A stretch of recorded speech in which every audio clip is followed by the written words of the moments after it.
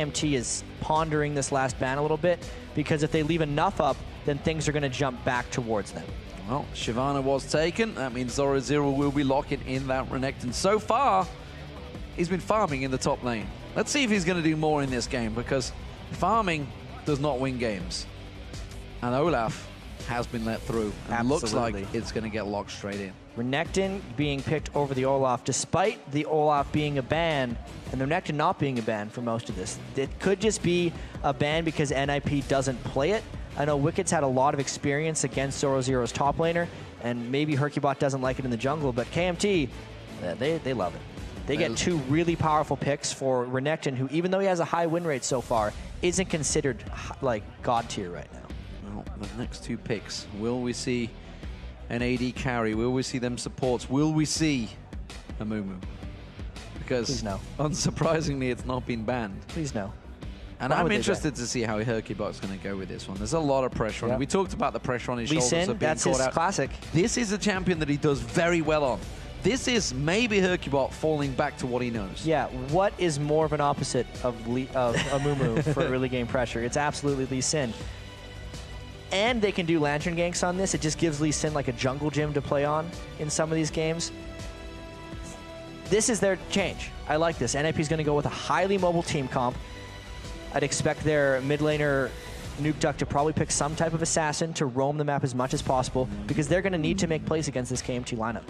Could have a switch in supports here. Fiddlesticks could be jungle as well, whoever has been very big in jungle lately. So maybe reacting to that Lee Sin. We'll see whether it gets locked in or not, whether that's going to be Vander or Jankos.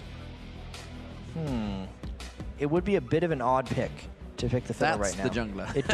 It does lane well with Lucian, but if it's a support, it's much more likely support. And Vi has been crushing some kids in the jungle so far. Well, we just saw in season. the TSM Lemon Dogs game how big it went in that. It was a 7-1-1 7-1 in a game where they were very outclassed. Yeah. Fantastic play. The lock-ins do come in, and it is going to be a Fiddlestick support. First time we see him this weekend, and that means we could be seeing the Draven from Freeze. It's some champion that has actually benefited quite heavily from 3.14, but he's not going to go with it. He's going to go with tried and tested Caitlyn. It's what he played the most after Draven was nerfed down in the 2013 season, Season 3. And it's his tried and true, like you say. That with Thresh is a safe, fast push lane. Hercubot's going to have a lot of early game pressure. And the only thing that is a bit surprising to me is the fact that Nuke Duck's Orianna isn't necessarily the assassin I was expecting, but another just lane pusher. A lane bully, almost certainly, but could it be against Nidalee? Those spears, we saw Froggen with it for Alliance the other day, 2 days ago. They're all blending into one when you have a lot of best of 5 series. But don't forget, this is KMT. Maybe now starting to play comfortable. Maybe so. They're also having to adapt for the first time. Overpow has been so impactful in these first 2 games. Finally, they push him off the champion. It's a different champion for Zazus. It's a different champion for Celavar. Everything actually is something they haven't played before on KMT, which to me, I give kind of a bravo to NIP to pushing a team that was comfortable in 2-0 onto completely new things for this next game. Well, they are the champion choices. What do we make of these two teams? Because, as you mentioned, very different. No Mumu, no Curse of the Sad Mummy being thrown out there, no big beefy top laners, or so I say that, an Olaf versus a Renekton, something we haven't seen so far. Here's the dangerous thing. NIP's had a hard time initiating on KMT this whole time. KMT has really good disengage and very strong poke. The Nidalee plus Lucian combo, as far as poking and disengaging, is great, and I think Fiddlesticks is one of the best supports to have in a poke composition, because as soon as they overcommit to dive on you, you get a free Crow Storm right on top of them after that. So it's a poke comp actually for KMT, and NIP is picking a strong laning team that will hopefully have enough time to initiate. I'm also seeing that scary combo of Assault and Battery onto towards the bottom lane, or just anything engaged from the Vi, followed by the Fear, and that Fear is really long. It may only be 2 to 3 seconds, but in a fight, that is a lifetime. Yeah, it feels a lot longer than 3 seconds. Yeah. It's the longest 3 seconds of an AD carry's life when they get feared by Fiddlesticks. Well, the pressure on these players. This is now, safe to say, the biggest game of both of these teams' lives. KMT, will they manage to get in towards the LCS? The pressure will be on them. They've been underdogs throughout this. There's been no reason to be fearful for them, but suddenly the realization may start setting in. For Ninjas in Pyjamas, they could be out. And for a lot of these players, they haven't seemed that great ever since the finals at Gamescom. Because Nukeduck did great coming into that, but then they were very underwhelming at the World Championships, and they were underwhelming on their one LAN event, and then they pulled out of the next one. And then they withdrew from the DreamHack tournament, which KMT actually made it to the final on. So here we go, ladies and gentlemen. Could it be the final game of the night? Will Ninjas in Pyjamas manage to drag it out a little bit longer? And more importantly, how long will this game go on for? Well, the first one was long. 50 minutes. Second one was 50 minutes. Also long. Third one was law of averages 72 kills. It could be 32-minute game. We can only hope, chat. We can only hope. We do Not have Lee Sin in expecting to this see one. much from level 1, though. We do have a Lee Sin, and more importantly, we have a Vi. So both of these junglers are going to be looking for kills. Yeah, and as soon as Vi hits level 6, you know some action is happening. There's going to be a lot of people pushed up in lanes because we know how Zoro plays his lane, and we also know how Freeze and Caitlyn can push up as well. We said this last game, and it was true. There will be more aggression in this game than the previous one. Absolutely. I think we can safely say that. And it's not like that last game was bad. The last game was actually very well played. Very tactical. There was so many hard engages and tons of nearly fights where they're bouncing back and forth from each other. Let's just hope this one has more action. Both junglers are stood just a screen apart from one another. Lee Sin and Vi, which would be Hercubot and Jankos. Jankos, so far, has had the better of Hercubot, honestly, in terms of jungle farm, despite the fact Hercubot has been on fast farmers in the form of a absolutely. Has Jankos been outdone by Elise. Out of his mind so far. And it's strange, too, because a lot of people were hyping Hercubot. Obviously, all these European junglers love to hype as like the best jungler in Europe, a lot of them. And there's added pressure on Hercubot because the team he left got through last night. Yeah. SK Gaming. They were almost out, but they qualified 3-2. Can he do the same? Now he's seen them in that position. He is in the same problem. And honestly, they got to work both sides, actually. That's not a mistake because they want to have the brush for later and that side. And it's just a straight-up trade at this point. Hercubot's going to be a little bit delayed getting over there because he got invaded late. But as long as the Nidalee Spear doesn't steal this, he's got this under control. He's got to land that spear. Not going to happen. Instead, it will be Hercubot. I mean, it's against the Smite. It's a very tricky one, especially with the level 1. That spear is not going to do a great deal of damage. Yeah, you could say the Smite does a little bit more damage. It has been reduced in the 2014 season. Also, the cooldown has been lowered a lot more. So you see junglers spamming their Smite every chance they get.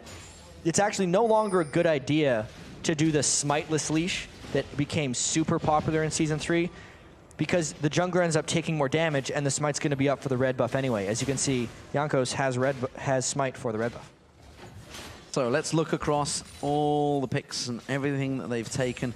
Pretty standard builds, in fact, identical builds across every single lane. So no surprises there, really. Oh, no, there is a sweeper. That's very true. I didn't look at the trinkets. I gotta remember to look at those trinkets, but it's actually going to be the fear. And the party pop was almost going off in that top lane as Zoro was feared and drained by Vander. And for the first game, we have 2v1 lanes. They've been brawling against each other for a rather long time. And this time it's Freeze, Fast Push versus Lucian. And I think this actually favors NIP in the slightest. Not only because their lane can push faster, but because Lee Sin plus Renekton has more kill potential than the Olaf and Vi. And of course, we also see the bottom lane. This series game length. I don't need reminding of that one, that's for sure. 51 minutes average game compared to 33 minutes throughout the weekend. It's definitely been a long drawn-out matchup. The more 50-minute games we have, the higher the average goes for the weekend. It's going to get closer no matter what happens. Maths genius alongside me. I wasn't aware of that one. I knew you were a Rubik's Cube master, but I wasn't sure you were a maths genius as well. Right now, though, we're seeing aggression in the top lane. Zoro thought he could get hold of Selavar, but instead he just dashes away from that stun. Yeah, these junglers have yet to make a bit of an impact. I'm surprised they spent, both of them, actually spent time to kill the white. I personally don't like killing the white until later on in the game because it's so beefy at that point. Nukeduck, though, is putting on a bit of pressure there mid. Yeah, definitely on a champion he favors in form of Orianna up against Overpower's Nidalee. We did see a very strong Nidalee, as I mentioned earlier, from Froggen. And actually, I asked him, and I was like, is that a champion you guys have been practicing hard? What's your favorite coming into the season? The 2014 patch with 3.14. And he's like, actually, I've played Nidalee about once in the last couple of weeks. It just happened to fit that time. Yep. Froggen's always been the type of player to play anything he wants, unless it's Zed or Kha'Zix. Yeah, that's very true. Yeah. He never really picked up onto those champions, despite the fact going Lee Sin and Jarvan during season 3. But right now, we have, again, the junglers making a bit of an appearance in the lanes, but not really creating too much pressure. Actually pushing them back on towards the tower, though, but Sanavai, you already see, clearing out that wave, no problem at all. Zoro buying himself some time. He's going to go back and buy. Will we see a lane swap coming out here? Well, the junglers have definitely gotten a fair bit of experience, because Hercubot in particular spent a whole bunch of time in that 2v2 lane. Level 5, only 5 minutes and 30 seconds into the game, is a real high level for Lee Sin. Fi's in a similar boat at level 5. And it could absolutely be time for a lane swap if they really wanted to, but with Fiddlesticks running back towards the top lane, they're going to wait until the turrets fall before they do that. Yeah, we see Renekton also going back up there, so sticking with the same. He has gone with a Doran's Blade along with that Doran's Shield he had earlier on, and of course getting himself a second ward along with the Trinket ward that he will get, so making sure he is fully safe in that top lane.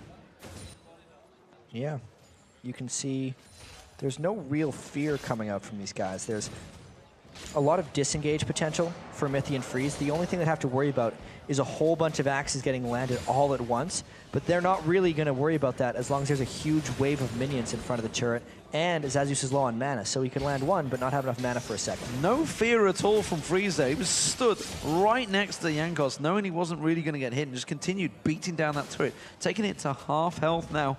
And that was also a good leash there from Mithy, catching on towards Zazas, which is actually forcing him back a little bit. So we do see Jankos going back, taking that white, and returning to lane. Look, he's sticking in towards that bottom lane.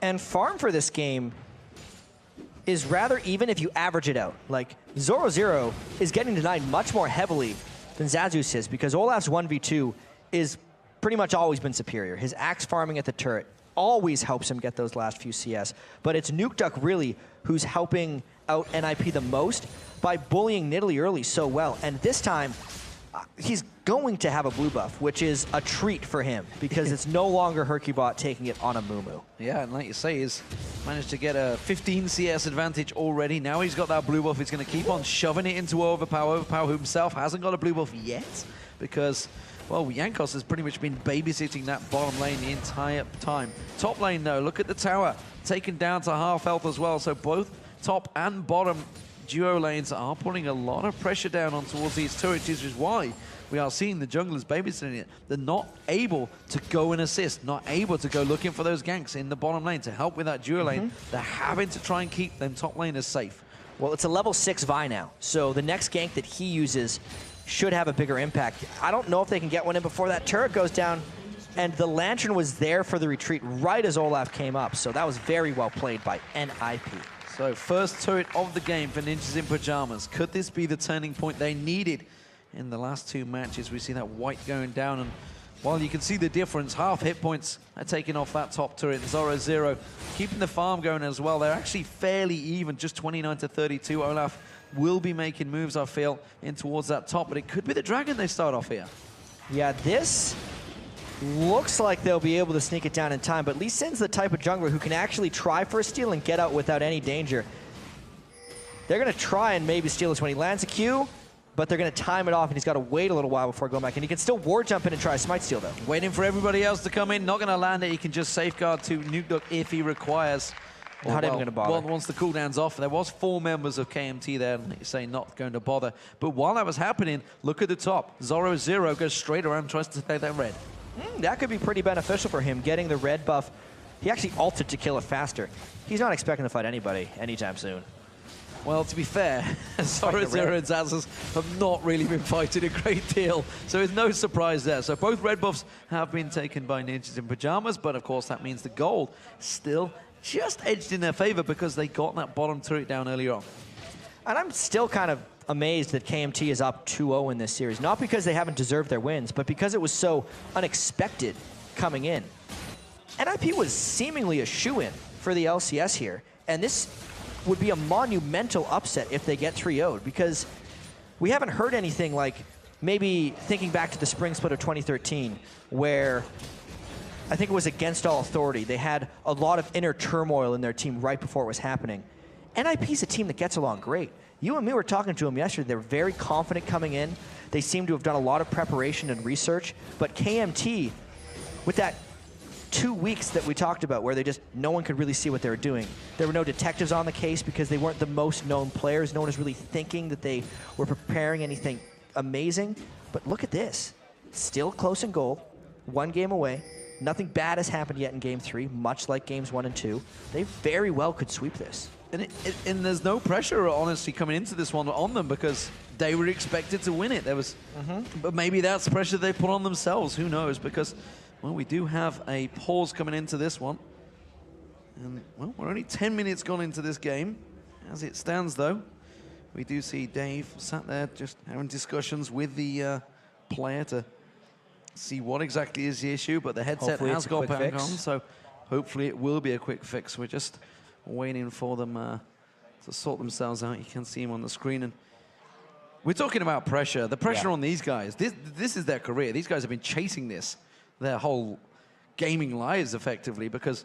Especially these guys. Well, who the hell doesn't want to be a paid gamer? Let's put it that way. I mean, what kid in their own mind would not want to be in their situation right now? And of all the people that play League of Legends, these are the very best in the world.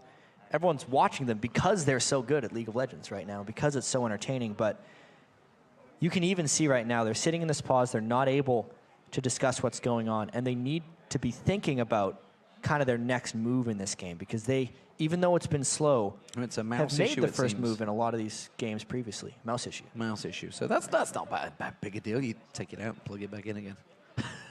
It's a USB mouse. How do you fix these things? Right here. Absolutely. Yeah. Reset the machine. That's what fixes 95% of the problems. But let's look at the game. Let's see how it is right now. They're going to be unpausing in a few moments. But right now, 1-0 in towers. Pretty even. The duo lanes actually have stuck down the bottom. That surprised me. I was expecting maybe NIP's duo lane to move back up to top, but they've chosen to stick back to that bottom lane, up against the Lucian and Fiddlesticks. Which is surprising since they haven't gotten a turret trade yet. Yeah. So it's definitely a mismatch of turrets on one side of the map versus the other now that we're back into the game.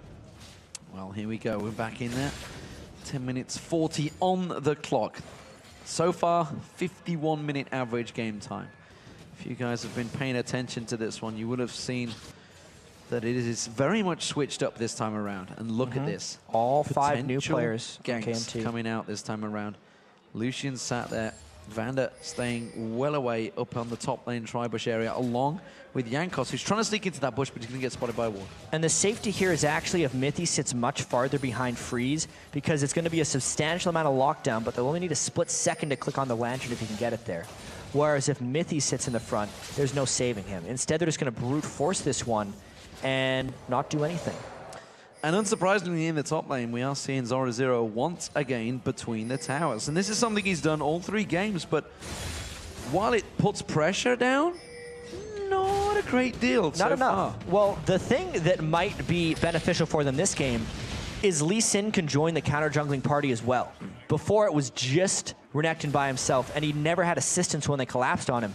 Now when they collapse on him, they might be able to force skirmishes. We see Overpower heading south. We have Jankos there, and this is going to be the first tower for KMT. The minion wave not going to be enough, I don't think, because, well, we just saw Freeze putting the pressure down and clearing out that wave of minions. We also see Overpower had to return to that middle lane because Nuke has been putting pressure on towards that middle turret the entire time. Now he's got Hercubot there. Overpower is actually completely out of position here, out of sorts. Not too sure how to go about this one from behind. And that all came because Hercubot approached from the red buff side jungle of KMT. The only way he gets that angle is from coming there. And look at the ward coverage in the top half of the jungle that they have now there. Zoro and Hercubot littering out that top jungle, putting a security net down there. Zaza's taking a lot of damage, just a slight step away from the tower there. And he's already down to half health. No other pressure is going to come towards him. And this bottom lane of Freeze and Mithy has actually held out such a long time against KMT, despite the fact they just tried to 4-member stack it. Yeah, they didn't think it would be a good idea and try to dive on that because they haven't been able to land any sticking harass on them. Freeze and Mithy are sitting at very high health. 0-0, though, is going to walk away. I thought they were going to try to gank him there. Well, he's going to make the return bout. But again, no Assault and Battery come out yet. No Lee Sin jumping in and kicking. No aggression at all from either jungler. I mean, at this point, it's really on NIP to do it. Only because KMT has been able to win the slow games so far by being the disengaged team. And they have no reason at this point to get there. Once, they're really just waiting for Overpow to get a death cap, or even just a needlessly large rod on Nidalee and a couple blue buffs, and just start sieging up. Since they know that NIP's engaging potential hasn't been enough throughout the series, and KMT is comfortable playing the disengaged game. And paired up with the culling that Salavar's got, that's something that they could do over and over and over again. They could just keep that pressure down, but right now it seems that they are both happy to play the slower game, and Salavar this time thinking, I'll take this turret down on my own. You're not there. Hercubot is making his way down, though. Hasn't been spotted, needs the ping ward down, and this time he may try and land the kick, but instead he has to use it on the opposition jungler, as that was a good counter from Jankos. Well, he did land the kick on a Vi. That's true. Who landed the punch. Just together and off again. 14 minutes in now. No first blood. I did say this game would have more action than game 2. It still might. The potential is there. We're with you on this one, chat. Don't worry. You and everybody else in this crowd and everybody at home watching in comfy confines. Watching once again Hercubot taking that red buff, and the counter red buff again also coming out from Zoro in the top half of the jungle. So both times, this time though, Olaf is going to contest it. They're coming around and he may try and cause problems. Zoro a long way from home this time around, has to use that Dominus on towards him. Zaza's just bullying him straight up out away from that red buff, but that means great timing. Hercubot now can note around, and they took that dragon before, they're going to get it again. Really, really great timing right there by Zoro. He actually had a 2-level edge before that happened, but the culling just crushes him. Rushing down, and that's Mithy that goes down. First blood eventually coming out there. The dragon did get picked up by Hercubot, but that is going to be Nuked going down, so it's a double kill for a dragon in the bottom area of the map. Wow. I did not expect the culling to take that much life off of Mithy. He just could not escape the bullet, one bullet after next. Even though they secured the dragon, because they died, they're also losing the bottom turret, and there's the dive! Assault and Battery followed by Crowstorm is gonna take down Hercubot, and it's KMT once again in the lead, 3-0 up, and now 1,000 gold ahead. They're pushing down this middle turret. And here's the action we were waiting for, D-Man. 3 kills and a dragon, plus a whole bunch of pushing. How must NIP be feeling right now? This is just seeming like a repeat of the first 2 games. They play controlled in the early game. They start going for some type of dragon objective, and then they lose it. And they get behind, the game extends, they don't know how to make plays to come back, and that's how KMT's 2-0 up right now. And Salavar absolutely shredding that bottom turret. Again, this top lane bout, while Zoro, well, he may be winning it, he may be 30 CS ahead. Who cares? The rest of your team are losing across the map. He's got to start getting involved. That, I believe, was a spear right into the culling, and then he just went point-blank range to hit him and then managed to flash out of the box, so the box went completely unhelped. Of course, the Orianna Nuke came down because that was a 3v4. That was a fight NIP thought they were going to be able to collapse on. Since Mithy died so early, and since Nuke got feared by, you know, the longest 3 seconds of your life right there, he fell down as well. Well, we saw a giant Orianna shockwave landing for alternate as they qualified 3-2, and honestly, right now, all I'm seeing is it's going to have to happen again, this time from Nuke. It can change games, but it's going to have to do a mighty lot, because right now, NIP are playing into the hands of KMT. Absolutely. KMT in so much control. Obviously, the only one that's 2 levels behind is Zazus right here, but he's not costing the team anything for that. If Zoro could involve himself in team fights that also had Olaf, then we would see that 2-level advantage come into effect. But if all he's doing is farming in between the turrets and keeping the CS even and not even killing turrets or successfully counter-jungling, does not matter, as you said. It doesn't, and that middle turret, that's almost gone. Bottom inner turret, almost gone. While the top turret, Zoro is taking a long time to get it. He's been farming between the towers, and that's not putting the pressure down that he needed. We talked about this in game 2 and 3 now that he needs to start putting pressure on the turret. He needs to alleviate to get everybody else involved in this. He needs to start joining his team. Yeah, well, at least KMT is coming to him right now. But that's because KMT is very close to poke mode right now. The Needlessly Large Rod and the Sorcerer's Shoes have been completed onto Nidalee. Zazus is trying to keep 0-0 occupied, and now everyone is just coming up top lane. Yeah, there's going to be 3 members drawn towards him. That's going to be Dominus running down. He is starting to back away from this one, but is it going to be in time? The spears come across. They're just going to save out that turret. That's going to buy NIP time to push the mid. NIP is trying to take advantage of KMT while trying to assist, but KMT's rotations have been exquisite throughout this whole game. Ooh. That's one of the reasons NIP hasn't been able to find any fights. Anytime KMT adjusts to a new lane, they're not leaving themselves open to anything bad happening. And that's generally how NIP likes to find fights. Both middle turrets very low from both sides. Spears from Overpower, we just saw it landing on Mithy there, almost took his entire life out because Rabadon's death cap is slowly being completed. The Athenes and Holy Grail already on there, and like you say, they are approaching that poke mode. Once he gets that blue buff again, which he's just heading towards now, he's going to start being a real menace, which we've seen Nidalee be so many times. It's very hard to answer those spears. Once he gets this blue buff, the games are really going to start for him.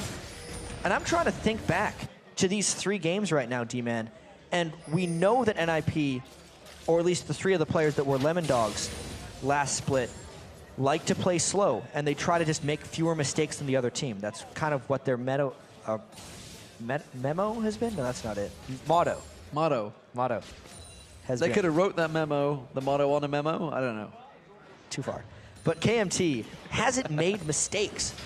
Most of their play has been, while low risk, completely flawless. They've done so many just smart little things, and it's why they've just grinded out 2 games in a row and are on pace for a 3rd. They're going to try 2v1 the top lane. It's going to be Zorozu that's going to face check straight in towards Jankos. He clears out that ward though and backs away, and that's just going to buy yet a little more time. But now the Sunfire Cape's completed by Zazus. Zazus can just sit on that tower all day. Spear not quite landing on Mithy, but again, keeping that pressure down. Spear's being thrown out. This time it does land. Half his hit points gone. Mithy, you've got to back away.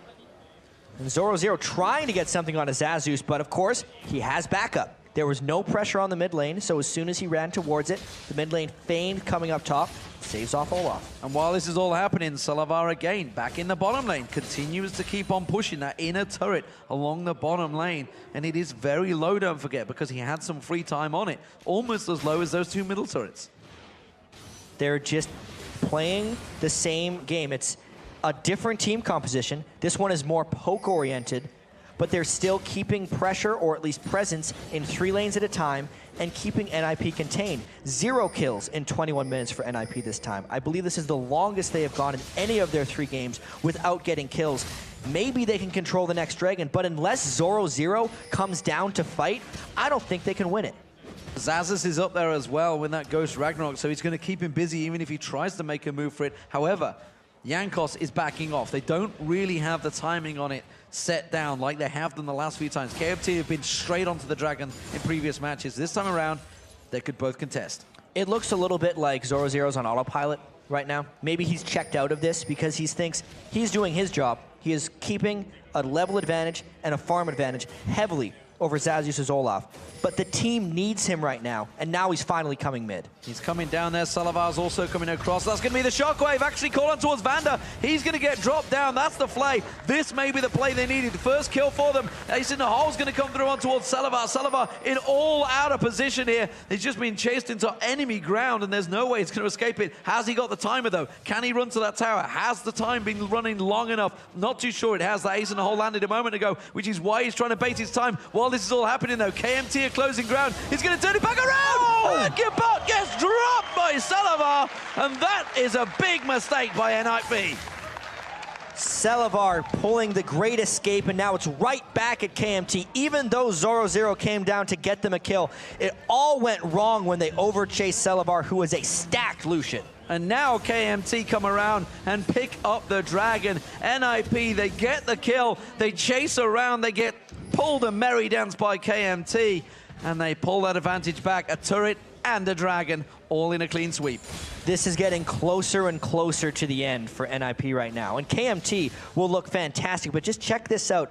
He actually takes a turret shot and goes onto a trap. So Hercubot thinks he has it, but the burst that came out from Celavar, getting his spells out with the double shot and the W at the end, just lets him walk away with style. Incredible stuff. Spears continue to rain through from Overpower. Blue buff is not on him right now, though, so he's going to have to cool it a little, which is why we see him backing off. That's going to be the Rabadon's Death Cap, I feel, being picked up by him as well. And still those middle turrets, he's actually going to stick around a little bit longer. So, the only kill so far for NIP has been on Vander. Has been a lot blown at it as well, just for that one singular kill to get that support down. Meanwhile, KMT seemingly starting to make plays across the map. Yeah, and a lot of those were actually reactionary because they were the ones that got engaged on in the top lane. And then Celavar was looking to execute, to be honest, when he pulled off that play on Hercubot and just miraculously picked up another kill because Hercubot came at him solo. Yeah, I think he's probably quite amazed nobody else went along the bottom lane as well. Pretty happy about it. Just probably thinking, how did that work in my favor? It was just simply trying to get something out of nothing, and suddenly he gets away scot-free as well. Freeze trying to take those golems out, but Celavar is close by. Mithy will get spotted out, which means the middle lane is almost left free. We only got Nuke Duck there, and there's 3 members of KMT going to push in. They only need to take a couple of tower hits to take that down, but I'm surprised nobody's actually pulled the trigger on it yet. Well, they don't need to take any risks, and KMT is a team that hasn't been making mistakes. So the reward for that is taking a risky turret, but the safe play is just wait until they have a few minions, go get a shot without taking turret aggro, and walk away with the turret kill. Celavar is really a pain in the backside down that bottom lane. It's going to be Xaxus that gets aggressed upon by Zoro. Dominus has been popped. Xaxus just walks in towards his tower. He hasn't got Ghost available. Ragnarok was there, but really doesn't help him a great deal against Zoro because he's only got that one stun, which is not going to cause him too many issues. I'm a little surprised that Zoro didn't go for a more offensive Renekton build. Oftentimes when you see Renektons with large leads, you'll see them go for a Tiamat into a Ravenous Hydra and maybe try to cut a little bit of damage. But as long as he's pure tank Renekton, he is a team fight force and a lane annoyance, but it doesn't go beyond that. And as long as he's stuck in that lane against Xaxus, Xaxus will be able to hold off. Well, we thought the pressure might continue a little bit here, but it's still only 5 kills in 25 minutes, averaging 1 every 5 minutes. But here's going to be Xaxus. They, like you say, they want to dive him. No, Hercubot, please just dive not pulling him. the trigger on anything right now. Not going to go for it instead. Celavar continues to clear. Maybe going to try and catch on towards Freeze here, trying to support the damage down, and that's going to force Freeze away. The Culling comes out here, forces him well away there. He wants to take the tower down. Ace in the Hole's going to come out. He's quite safe, or is he? No! Tower hit, what? Because the tower was dead, the hit didn't do damage. Oh my God, but now he's in trouble. He's going to get caught out. That's a party time coming out from Vander, but he's a little too late because Mithy had already pulled the trigger. Now he's stood on towards the trap. Mithy's going to continue on. He gets hooked in there. He's going to pull straight in towards Jankos. Hercubot's going to join the party, but this is too late. Mithy's going to go down, and it's going to be another kill for KMT. Hercubot kind of waved goodbye. He's like, no, I'm not helping that one. And that was another back and forth, but that was a risk that Celavar took, and the shutdown he gave to Thresh wasn't necessarily that smart. Didn't cost him too much, though. They only give up the 1 death back, and it was just to Thresh anyways. Double sweeper, making sure they get full coverage of that, and that's a red buff steal for the first time from KMT. They're going to drive on through. Remember, that's an inner turret down in that bottom lane. Here's going to be the middle turret going down. The minions should take care of that one. But we were about to take a look at it, but instead we saw Maywell have a bit of coverage in this top lane. Yeah, this is an interesting point in the game because KMT has pulled ahead by quite a lot at this point. 27 minutes in. If we go by the averages, 24 minutes away from getting their next spot in the LCS. There's another turret down. It's 4-1 to KMT. It's starting to look disastrous for the Ninjas in Pyjamas fans. Their onesies will not be selling like hotcakes, that's for sure, if they get knocked out at LCS. And instead, it could well be 5 members of NIP. They have onesies. Huh. It would be 5 members of NIP possibly looking for new homes. Yeah, absolutely. They're very talented players, all of them. Absolutely. They're considered the best, some of the best players in Europe. That's why 3 of them were on Lemon Dogs. The first place regular season team, second place from the European playoffs. Hercubot was considered to be one of the best, if not the best players on SK Gaming. And then Freeze, the one remaining member from NIP from the last season split, Edward called them the best AD carry in Europe. They're all highly respected players in this scene to a bunch of guys on KMT who have been around for a while but never really made it. And a lot of them just consider them, oh, those guys again, and maybe took them a little lightly. But they've come together and they've found something good. And the thing is, we've only ever heard good stuff about NIP, how they've done in scrims. Everybody's saying they are a really strong team right now. They're doing so well in scrims, but scrims don't mean anything when you get on the big stage, when you get in this pressure situation. There is no pressure on you in scrims. You are just trying things out. You never know the team you're up against, what exactly they're trying and whether they're going to try something to fool you. But as it is right now, KMT have done serious research on NIP, it seems, and know exactly how to counter them. They said it in the videos themselves. We know what they play. We know what we're going to do against them. You can see that NIP has occasional issues of finding creative ways to fight. So KMT have brought a style that is very heavy to disengage in all 3 games and very much an anti-fight team. And they've really done that same mindset all 3 games. And it's been a brilliant plan thus far. The Dragon, will it be contested this time by Hercubot? Standing by just off the side. Jankos does not know he's there this time around. And he's ready to step away. He's got the rest of the team. They're actually having a little bit of a merry dance just off the side here. Ace in the hole will be used on Vanna. That's going to take him low into this fight. Dragon still taking drops. Will they go for it? It's already been finished off. KMT pick it up. Will they go aggressive? Zoro0 is the focus target. But instead, KMT choose to call it and back away.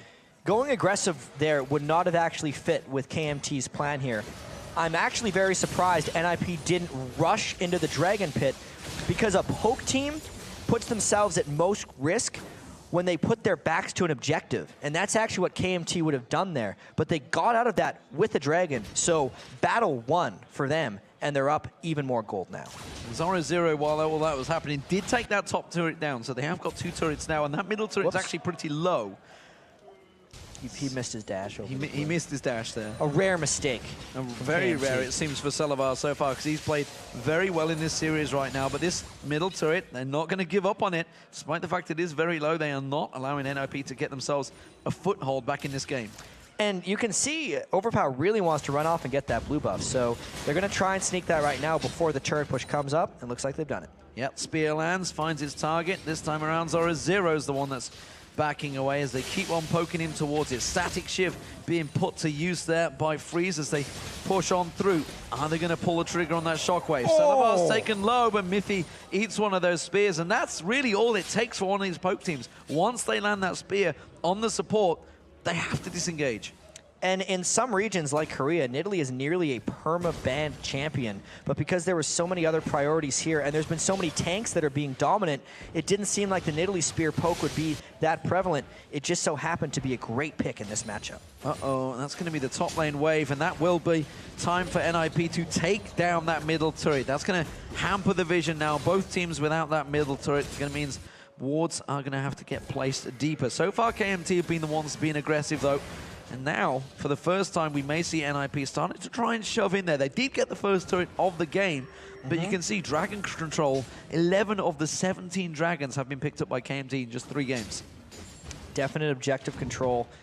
And it's the thing that they've been beating NIP in because the fights haven't necessarily happened. KMT has always been avoiding them. And Xaxus may be at a point now where he's starting to beat Zoro0 in these trades. He's tanked up, he's got a little bit of extra sustain, and no matter how tanky Zoro0 gets now, Olaf's true damage is going to be able to cut through him. Yeah, and especially when he returns to lane with half hit points. That's a juicy target for anyone, really. Xaxus is not going to let that one slide. He goes back. What's he going to buy? Build, you want to cut this? It seems it's gone there. So got the standard Spirit Massage and Sunfire Cape completed already. But look at this. Middle lane, Overpow. Now got himself that Rabadon's Death Cap and the Void Staff in there along with that Athene. So those spears are going to be coming for days and doing a lot of damage. Meanwhile, Nuke Duck, he's got that Rabadon's also completed. Going to be going towards seemingly Liliandras. We'll see whether he completes that, though. And something that's actually a little curious to me is that there's no Locket of the Iron Solari completed yet. Hercubot is going towards it. He just got the Aegis of the Legion, which will have a benefit to the Nidalee spears that hit the whole team. Having a little bit of magic resist for everyone is so critical against these Nidalee spears. Mithy realizing the danger, knew that spear was zeroing in towards him, already sidestepped it. Meanwhile, it's 5-2 in kills, and the game is progressing again. So this the is AD so carries similar to the first and second game. Completely. It's 5-2. I believe we were at 5-2 for a while in game 1. And as it stands, it's going to be all down to the AD carries like it was in the previous games, but it was also down to Overpower's Kale. Not in it this time around, but them spears, they're going to start causing so many problems because they're going to be hitting harder and harder and harder as the game progresses. It's not the same as it was in the early 3.13 days. Season 3, when those spears continued, obviously people were pouncing away to get the longer range. It is the new Nidalee, but it still hurts. It still hurts extremely so. And Zoro0 has yet to become involved in this 1-0 and 0. Again, 268 CS. Not the same number he was actually able to get in the first couple of games, but the same level of involvement is definitely there, which is very low. And you were talking about whether they could fight each other. Now that that Blade of the Rune King is complete, I'm not too sure they can. Xaxus is now very strong, and he's going to be rushing through that team. There's not a lot they can do. They can't stop him. They can't slow him. Freeze is going to have to run for his life. Yeah. And we have to actually track how this 5v5 siege goes right now. The Olaf's not going to dive on top of the turret. So this siege is all about whether Nidalee could land enough spears. And since there's no blue buff on Overpow, they're really just going to disengage and keep farming this one. KMT has no qualms about taking this 150. That spear did a third of the health of Zoro0 alone. And he is the tankiest member by far. And that would be MR. 2/3 of damage off Zoro0. No MR, like you say. Yep. The only MR really onto him is the Aegis that's on as Herkybot. So as it stands, NIP are in real trouble. Yeah. Unbelievable upset if this happens. The highest percentage fan vote we've had from any of the 3 promotion series. And wow. And let's not forget, this was NIP with the highest seed coming into this. This was their choice. This match, SK Gaming wanted KMT because they'd beaten them at DreamHack, but instead, they weren't first choice, so they got Super Hot Crew. That went close. That went close for sure. Well, here's the other side of the coin right here from NIP, because they are actually not out of this one yet. The goal in this game is still close, and the lead hasn't changed gold-wise. Has been about 5,000 for at least 10 minutes. Additionally, instead of KMT having Kale this time, who, as we saw at the end of the game, could take down 2 people by herself, Overpow's Nidalee can poke, but if they can force a team fight and actually get in there, NIP will have the advantage. Not the case against Kale. NIP has a higher chance of winning this one than they did the previous 2. Well, they're trying to keep the red buff secured, but instead, while that's all happening, of course, you just saw it on your screen, the 4th dragon of the game, and now the 12th of 18 dragons for KMT throughout the series. They really have that on lockdown. And now, Ninjas in Pyjamas, not going to get closed in on. It's going to be KMT continuing to just farm out every advantage they have. Blue buff will be going across to Overpow.